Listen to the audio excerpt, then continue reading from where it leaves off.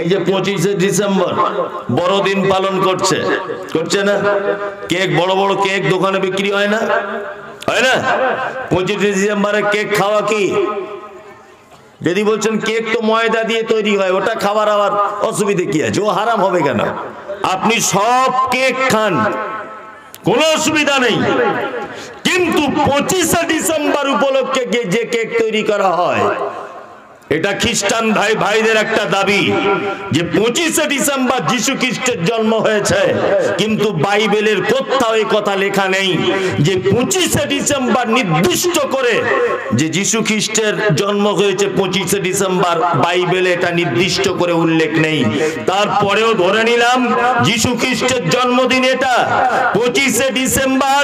তুমি একজন মুসলিম, তুমি বীরের বাচ্চা, তুমি কেন যিশু খ্রিস্টের জন্মদিন পালন করবে? তুমি কেন সেদিন কেক কিনে খাবে?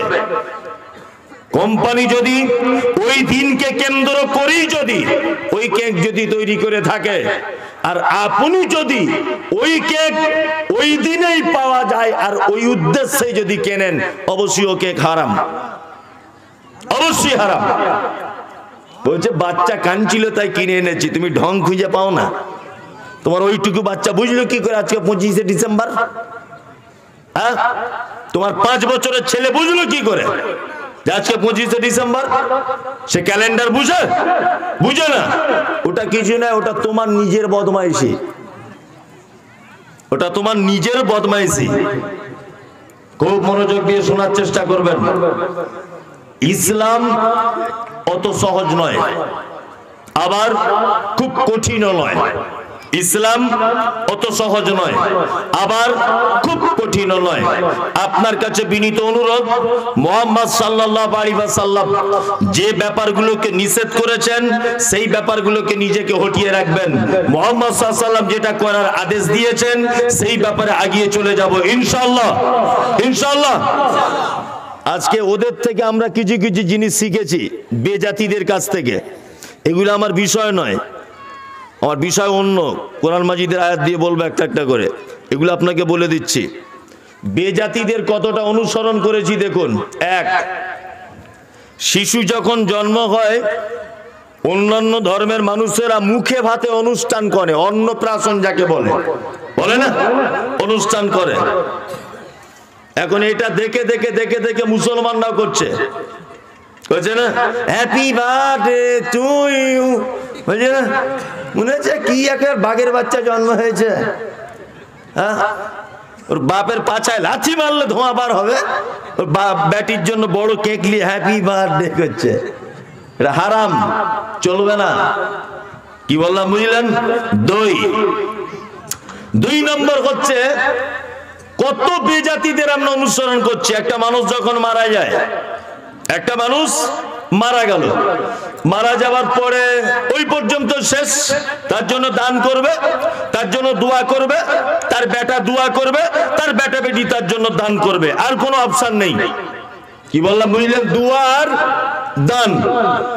এখন একটা অপশন বার হয়েছে কি 40 দিনে, 25 দিনে, 23 দিনে, 22 দিনে খানা, এটা ওটা হয় কি হয় না? এটা কারা করে? হিন্দু ভাইরা শ্রাদ্ধ করে, আরে ওই 40 করে, প্রায় একই না, প্রায় একই। ও ওদের থেকে শিখেছে এটা। নাম্বার 3, খুব মনোযোগ দিয়ে শুনুন। সারা ভারতবর্ষের সব হিন্দু ভাইদের মা, তাই না? দুর্গা মা, কালী মা, সরস্বতী মা, অমুক মা, তমুক মা, সব মা। আর কিছু মুসলমান আছে তাদের সব বাবা, ওই অমুক বাবা তমুক বাবা, আছে না নেই? তাহলে ওদের আমাদের কোনো ডিফারেন্স হলো? বলুন, কোনো ডিফারেন্স নাই। আর একটা কথা বলি, ওরা ঠাকুরের মন্দিরে গিয়ে কি করে? মাথা নত করে, তাই না? মন্দিরে গিয়ে মাথা নত করে। ঠাকুর থানে দেব দেবীর মানত করে না? করে। মুসলমানরাও করে, ও মাজারে মানত করে কি করে না? করে। তার মানে বোঝা যাচ্ছে সব বেজাতিদের সঙ্গে মিলে যাচ্ছে। এখন একটা লোককে দেখলে বোঝা যাবে না যে মুসলমান না হিন্দু। এখন বোঝার সব থেকে বড় উপায় চেন খুলে দেখতে হবে। যে কাটা আছে না নেই? আপনি বলুন, এখানে যত লোক বসে আছে, যত লোক, আপনি দাঁত বার করে হি করে হেসে দিলেন, এখানে যত লোক বসে আছে এর মধ্যে 70 জন লোক না হলেও 60% লোক হবে আপনাকে দাঁড় করানো হবে। আর তাপস ব্যানার্জি, অমুক মুখোপাধ্যায়, অমুক চট্টোপাধ্যায়, অমুক একে দাঁড় করানো হবে, রাম শ্যাম যদু মধু ওকে দাঁড় করানো হবে, আর আপনাকে দাঁড় করানো হবে। বাহ্যিক দৃষ্টিতে দেখে বোঝা যাবে যে আপনি ইসলাম আর ও ব্যানার্জি, বোঝা যাবে না? তখন প্যান খুলতে হবে, কোনো উপায় নেই। সারা পৃথিবীতে, বাস্তব কথা বলছি না অবাস্তব, একদম সারা পৃথিবীতে যত মুসলিমরা মার খেয়েছে তার একটা কারণ, সেটা হচ্ছে আমরা আমাদেরটা ছেড়ে দিয়ে অন্যদেরটা গ্রহণ করতে গেছি। তাই রাস্তায় দেখেছেন, রাস্তাতে আমি কিন্তু এখনো বলছি, বক্তব্য শুরু করিনি, করব। এই যে রাস্তা দিয়ে একটা মোটর সাইকেল, আমার গাড়ি আছে, অ্যাক্সিডেন্ট হয়ে গেছে, তা একটা মোটর সাইকেল যাচ্ছে, ভালো করে বুঝবেন, একটা সাইকেলওয়ালা যাচ্ছে, একটা মোটর সাইকেলের সঙ্গে অ্যাক্সিডেন্ট হয়ে গেছে। বলুন তো দোষ দিবে লোক কোন গাড়িওয়ালাকে? মোটর সাইকেলওয়ালাকে, কারণ ওর পিক আপ বেশি, তাই না? দুই, মোটর সাইকেলওয়ালা যাচ্ছিল মেন রোড দিয়ে, ট্র্যাক্টরে মেরে দিয়েছে, দোষ কার হবে? ট্র্যাক্টরওয়ালার। দোষ মোটর সাইকেলওয়ালার হলেও কিন্তু লোকে বলবে ট্র্যাক্টরওয়ালার, কারণ ওর দামি গাড়ি, বড় গাড়ি। তাই ট্র্যাক্টরওয়ালাটা বুনিয়াদপুর রেল স্টেশন পার হচ্ছিল, শতাব্দী এক্সপ্রেস এসে ওকে মেরেছে। বলুন তো দোষ কার হবে? কারণ এতক্ষণ তো গাড়ি যার বড়, দোষ তার হচ্ছিল বেশি। তা এখন কেন ট্র্যাক্টরের হবে? এই কারণে ট্র্যাক্টরে হবে, ট্রেনের ড্রাইভার দরজাটা খুলে দিয়ে বলবে, এই বেটা ট্র্যাক্টরের ড্রাইভার, আমি আমার রাস্তায় চলি, আমি কারোর রাস্তায় যাই না। কি বললাম বুঝলেন?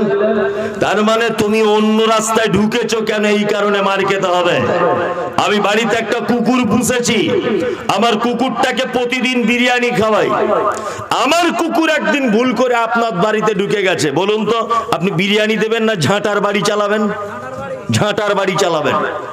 যে তুই মমতাজুলের কুকুর আমার বাড়িতে এলি কেন? মারবে কি মারবে না? মারবে। আজকে সারা জায়গাতে মুসলমানরা মার খাচ্ছে, তার একটা কারণ যে আমরা আমাদের দরজা ভুলে অন্য দরজায় ঢোকার জন্য চেষ্টা করছি। এই কারণে সব জায়গাতে মার। কি বললাম বুঝলেন? তুমি যদি আজও পর্যন্ত অরিজিনাল মুসলিম হতে, তোমাকে দেখে সারা পৃথিবী ভয়ে ঠোঁটরস্ত হয়ে যেত। মনে নেই ইতিহাস? 313 জন 1000 লোককে তাড়িয়ে ময়দান ফাঁকা করে দিয়ে এসেছি বদরের মাঠে, মনে আছে? মনে নেই? বদরের মাঠ কাঁপিয়ে দিয়ে এসেছে 313 জন। অস্ত্র ছিল না, পানি পানের ভালো ব্যবস্থা ছিল না, যুদ্ধের পোশাক ছিল না, রাস্তাতে যাওয়ার বিকট ব্যবস্থা ভালো ছিল না, সবকিছুই খারাপ। তারপরেও জয়লাভ করে চলে আসা হয়েছিল একটা কারণ, তার নাম আমরা সেই মুসলমান হতে পারিনি। বিনীত অনুরোধ যুবক ভাইদের কাছে, বিশেষ করে গার্জিয়ানদের কাছে অনুরোধ যে আপনারা এই আপনাদের সন্তানকে আগামী 2 দিন পর 25শে ডিসেম্বর আর 1 জানুয়ারি থেকে হেফাজত করবে ইনশাআল্লাহ, ইনশাআল্লাহ, ইনশাআল্লাহ।